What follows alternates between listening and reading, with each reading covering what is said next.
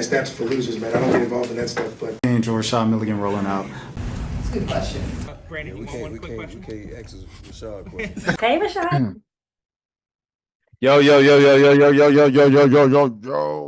Welcome back to the channel. My name is Rashad Milligan. If you are new to the channel, you already know the words. This is the road to 5K subs, man. Today we are going to be talking about the AP rankings of the preseason poll. So this came out a couple days ago, but this is my first time kind of getting into it and reacting to it. I wrote something real quick at my new job, my day job. Shout out to my new job at NOLA.com. And but yeah, this is me actually kind of like speaking about it. I don't know, I guess in depth and beyond just LSU. Anyways, let's scroll down. So number 1, South Carolina. I ain't gonna lie to you. I was a bit like, you know what I'm saying, kind of a little slightly worried about South Carolina in the front court.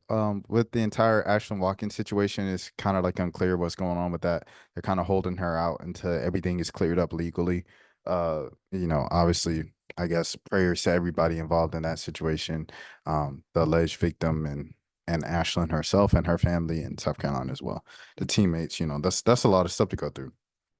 But I was kind of like, okay, what are we doing here? But I don't know, man. I think Fagan can step up this season.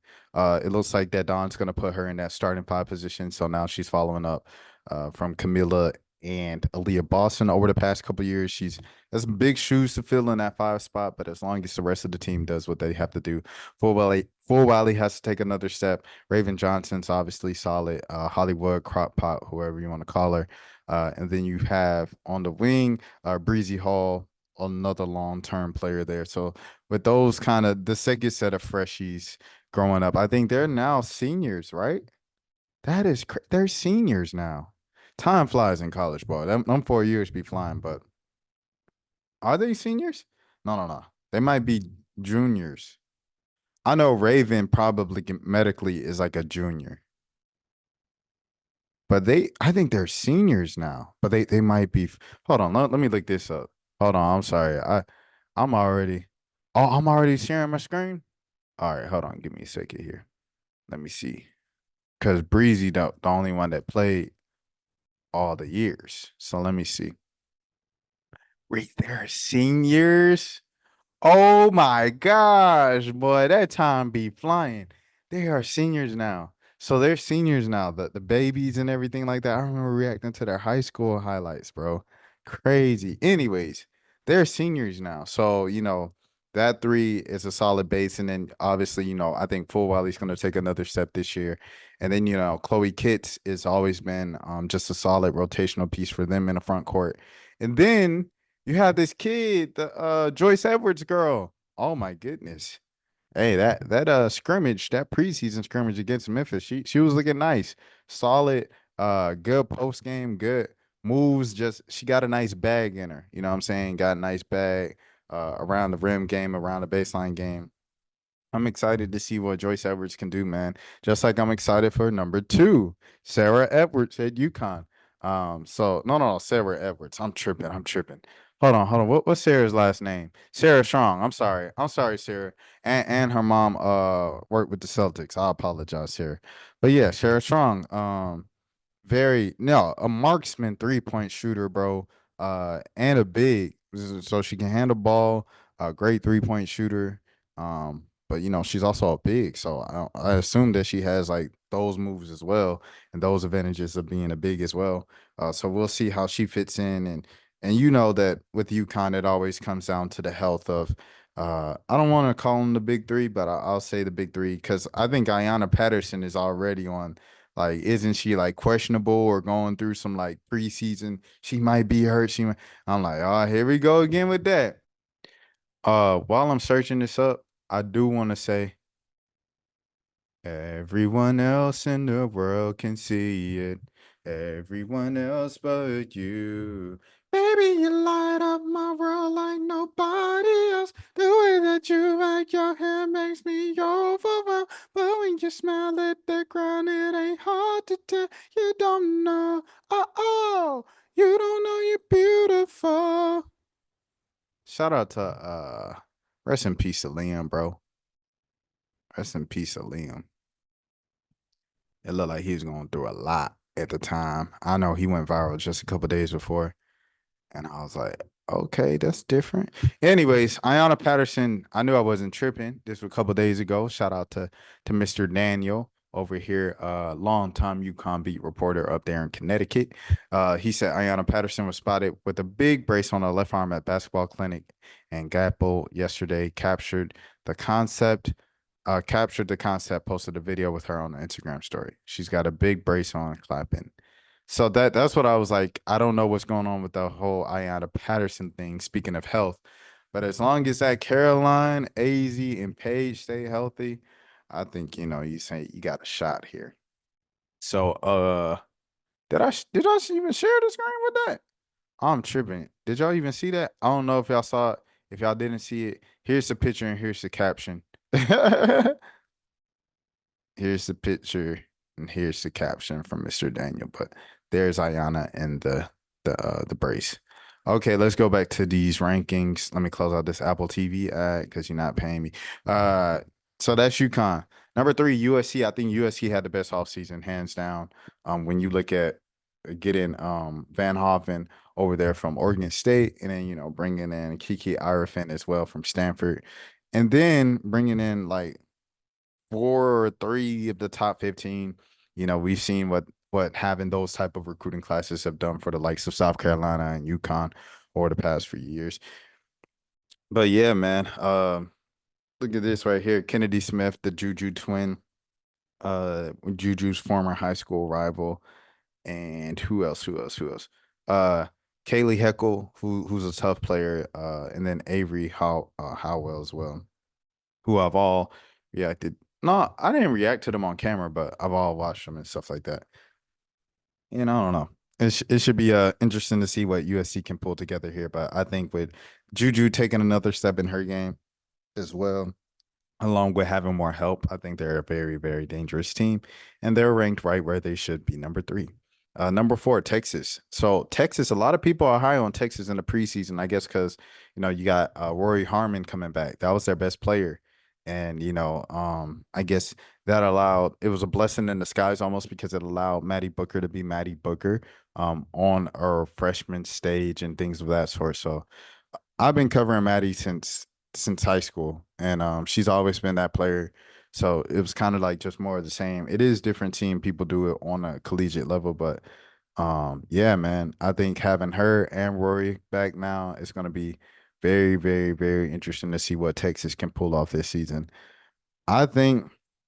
Me personally, I think 4 through 7 is all interchangeable.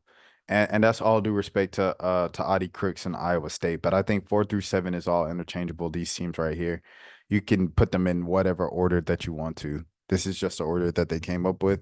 UCLA, obviously Kiki Rice and Lauren Betts. Another season for them going at it and going to war and going to battle and things of that sort. Notre Dame, you have Goggles coming back, Olivia Miles, but now you pair up Olivia Miles with Hannah Hidalgo, and you see what they can do there. I know a lot of people. I think it was Hannah who people were hating on this offseason because she put like an anti-gay message out, but that's besides the point. Yeah, man. I think it's going to be very interesting because Olivia Miles did what she did her freshman season. You're like, whoa. And then she was out for the season. And then Hannah Hidalgo came in and just did like, whoa, wowed you again. So I think both of them together might be crazy. And then, you also have Sonia as well, Sonia Creton, who we've been reacting to for the past few years as well in the fold. So it should be a very, very interesting season for Notre Dame. They lost their big. I forgot old girl's name. I think her name's like Natalie or something like that. She might have graduated, and then but she's a transfer now in Miami, down in Miami. I've seen her in the TikTok down there. But other than that, man, them 3, Sonia and what's the name? I don't know if Westfield's still there. I think Westfield might have graduated as well, but them jokers right there, one of the better teams in the country. I think they're right where they need to be. Like I said, 4 to 7 is interchangeable. LSU number 7, Anissa Murrow. Is going to have a monster year now with no Angel Reese. Before she came down, the DePaul years, You're talking about 2020 nights, 2010 nights, 2015 nights. I think we're going to get back to a lot of that in LSU. You saw a glimpse of that when Angel Reese was out with her kind of mental health break or whatever it was early on in the season last year. And then, Flau'jae, of course, Big Foe is going to take another step and continue to be the big plays, big game player that she is. She's big time, she's prime time, and I'm so proud of her on a personal note. But yes, Flau'jae is going to continue to step up. And then Michaela Williams also needs to step up and continue to be a little more consistent. Last year, we saw a lot of games where Michaela Williams showed, why she was a 5-star coming into LSU, why she was, number 1, number 2, number 3 player in the country. And then other days, other games, it was just like, where's Michaela Williams? Is she even in the game? So I look for a little more consistency from Michaela Williams. That's kind of my challenge to her this season. And we'll see how LSU fares in that. Like I mentioned earlier, Audie Crooks and Iowa State. Audie Crooks, one of the best players in the country. And this is some respect for Iowa State, man. Shout out Tyrese Halliburton. We'll see what Iowa State can pull off. NC State drops off pretty low, but last season they were kind of, I think, relatively disappointing. I know they still made a run in the tournament and did what they did, and everybody can't make it to the Final Four. Everybody can't make it to the national championship game, but I think NC State was a team that, coming into it, you look at all those transfers they had, the girls from Madison from Mississippi State, and obviously Sanaya kind of at the center of it all, and the girls from Maryland transferring in. Like, they had like just a lot of transfers come in over there. And so you had I had high expectations for them personally. And it was kind of just like they were just one of the better teams in the country. And that's not a bad thing, but it's like when you have national championship game, Final Four expectations on them, it's kind of like a disappointment. I'll say that. Oklahoma, they got that girl that can shoot, right? Uh, and she can put the ball in a hole. I don't know if she led the Big 12 in scoring last year. I think she did. Hold on, let me look at this roster, and see who it was. But last year they had a girl putting the ball in a bucket, man. Let me see.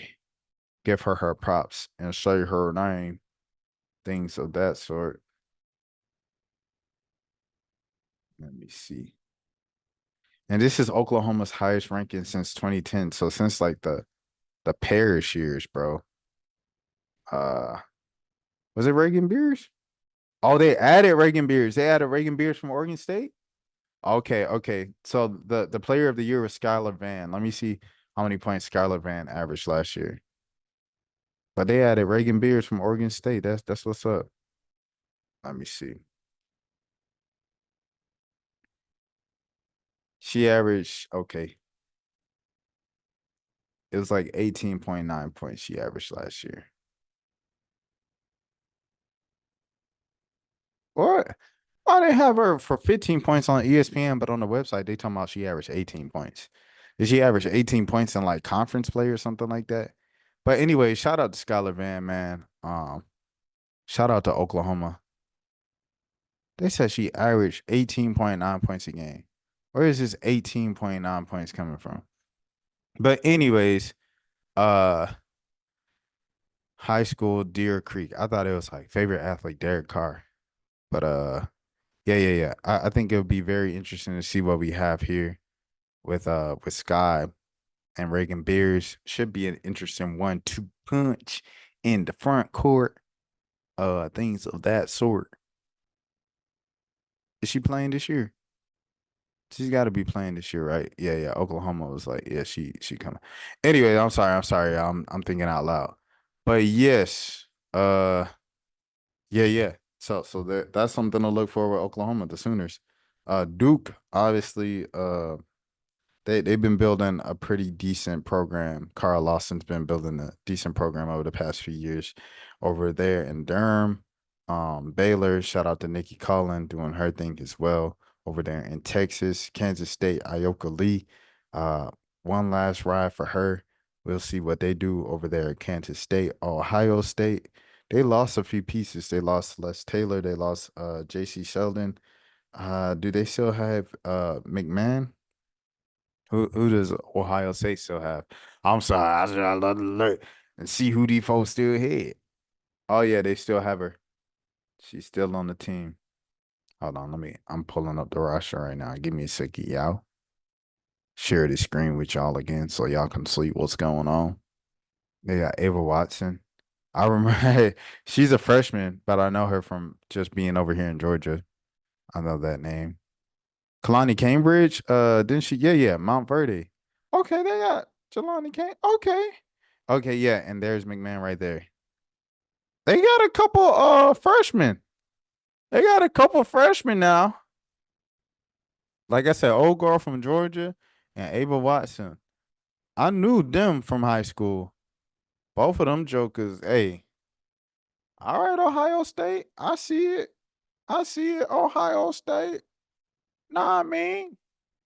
North Carolina. I don't know who is at North Carolina anymore. I ain't gonna hold you because Deja is over there in Oregon, and my other girl, Kennedy, is over there in Ole Miss. So I don't even know who's at North Carolina right now. Is Baby Key still at North Carolina? Is she still at North Carolina? Did she transfer? Let me see. Let me see who's on North Carolina's roster. Let's see. Roster. Got everybody on roster. Okay. I might have to just do my homework on these folks. Cause I don't know a single person over here. Nope. Oh, nope. Hey man, I ain't gonna lie to you. I don't know nobody that's left at UNC, bro. I'm not gonna lie to you. But they got them at 15, so they must be doing something right. West Virginia, Louisville always has a decent program. Maryland, Brenda Freeze, they're always in the race. Shout out Coach Yo up there in the top 20. Florida State always has a decent program. Creighton has always a decent program. They have a player or two. Kentucky, they got a new coach and they got a lot of transfers in, didn't they? Over there in Kentucky.